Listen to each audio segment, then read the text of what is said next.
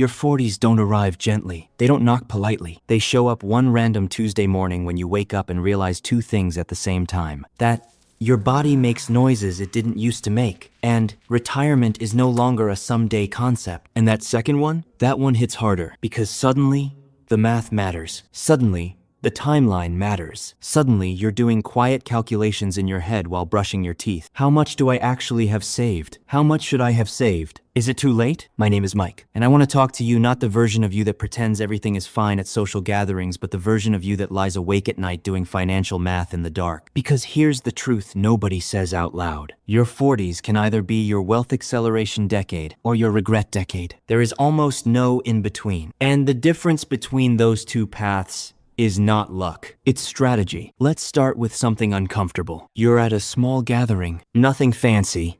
Just friends, food, drinks. Someone casually mentions they just maxed their retirement contributions again this year. Someone else talks about an investment property. Another person brings up how their brokerage account crossed some number that sounds important. You smile. You nod. You take a sip of your drink. But inside, your stomach tightens.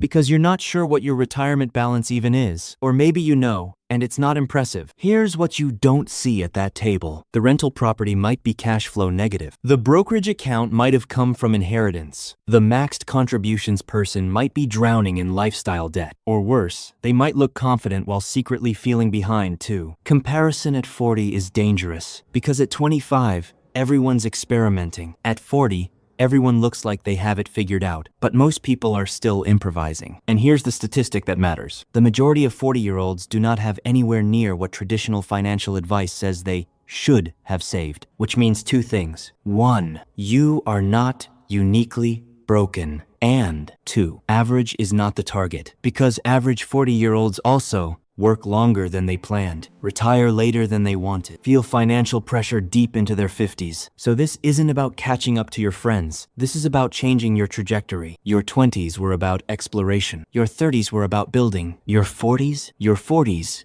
are about leverage. This is the first decade where three powerful forces collide: peak earning potential, hard-earned life experience, and a long enough runway for compound growth to still matter. That combination is explosive, but only if you use it. Because here's the quiet danger of your 40s. You can make more money than ever and still build nothing. Lifestyle creep is strongest right now. The bigger house, the nicer car, the upgraded vacations, the private school conversations, the we deserve this logic. And before you know it, your income doubled over 10 years, but your net worth barely moved. That's not a math problem. That's a direction problem. There's a common claim that by 40, you should have 3 times your salary saved. For some people, that's motivating. For others, it's paralyzing. So let's reframe this. At 40, what matters is not the number, it's the velocity. Someone with $50,000 saved and a 30% savings rate will outrun someone with $250,000 saved and a 5% savings rate. Within a decade, speed beats position. Momentum beats head start. That's the rule. And your 40s are when momentum becomes more powerful than history. Let me introduce you to someone. His name is John. John turned 40.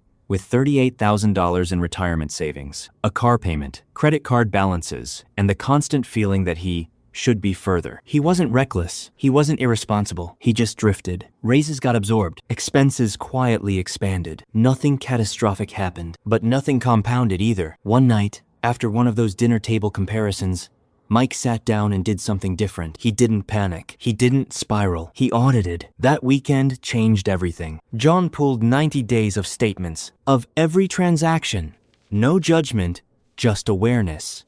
And what he found wasn't dramatic. It was subtle. Subscriptions, unused memberships, convenient spending, incremental upgrades that felt small individually. Total, $620 per month of leakage. Not sacrifice, leakage. That's over $7,000 per year. He eliminated what didn't matter, refinanced a high-interest auto loan, negotiated insurance premiums. Within 30 days, John freed up nearly $900 per month. No second job, no deprivation, no extreme budgeting, just clarity. That was the first domino. Debt above 10% is not neutral. It's wealth erosion. Every month that high interest balance exists, it compounds against you. John attacked his credit cards aggressively, paused investing temporarily, focused firepower. 8 months later, zero credit card debt. That freed another $400 per month. Now he had $1,300 per month of available capital. That's where acceleration begins. You cannot build wealth on instability. John built a 5-month emergency fund. Not flashy, not exciting, but foundational, because nothing destroys financial momentum like an unexpected $4,000 emergency that sends you back into debt. Stability isn't glamorous, but it protects momentum. Here's where most people misunderstand catching up. They assume they're doomed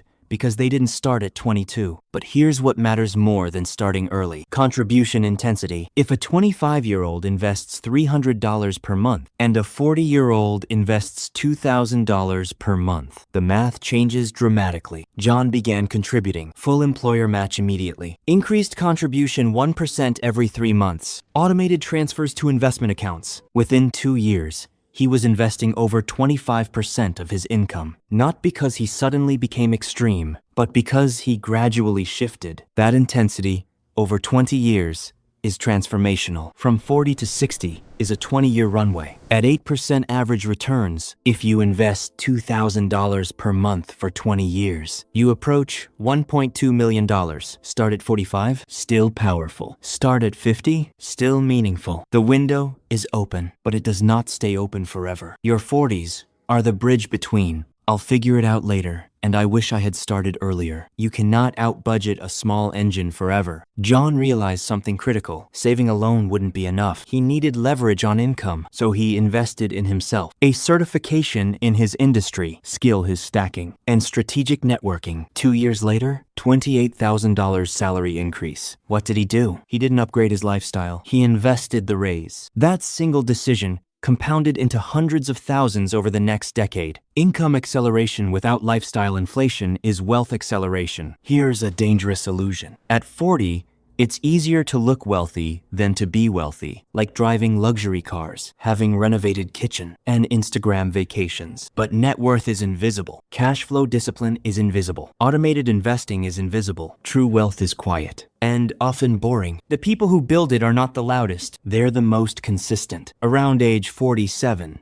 something happened for John. His portfolio grew more in 1 year than he contributed. That's the inflection point. When your money starts doing more work than you do, that's when wealth shifts from effort-based to system-based. And that shift almost always begins in your 40s. This isn't about becoming extreme. It's about alignment. Spend generously on health, relationships, time, freedom, skills, and be ruthless about status spending, comparison upgrades, impulse lifestyle expansion. Because every $1,000 monthly increase in lifestyle today adds hundreds of thousands to your required retirement number. Lifestyle expansion is expensive. Freedom expansion is powerful. Choose carefully. At 40, your financial life is complex. Multiple accounts, college savings, mortgage, investments, insurance, side income. Manual management creates friction. Automation creates flow. Retirement increases. Investment transfers, bill pay, annual rebalancing. Wealth became default, not effort. By 40,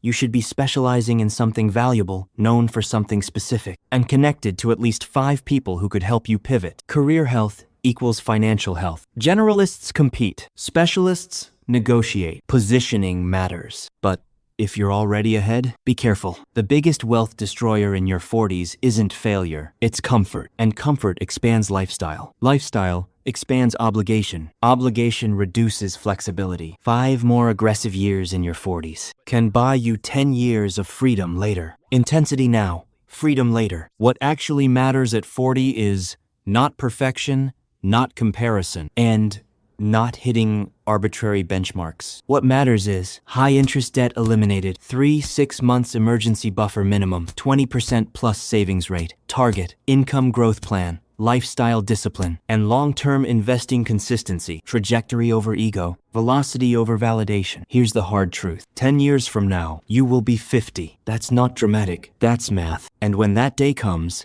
you will either say, "I'm so glad I got serious at 40," Or, I can't believe I wasted that decade. This decade is not about catching up to your peers. It's about designing your future. Your 40s are not too late. They are powerful. They are leveraged. They are decisive. But only if you choose momentum over drift. If this hit you in the chest a little, good. That means you care. And caring at 40 is powerful because you still have time. This is John's decade, and it can be yours too. If this helped you see your 40s differently, subscribe. Every week, I break down real strategies for building wealth without hype, without gimmicks, just clear, practical moves that actually work. Like the video so more people who feel behind can realize they're not. And drop your age and savings goal in the comments. I read them. Let's build this the right way.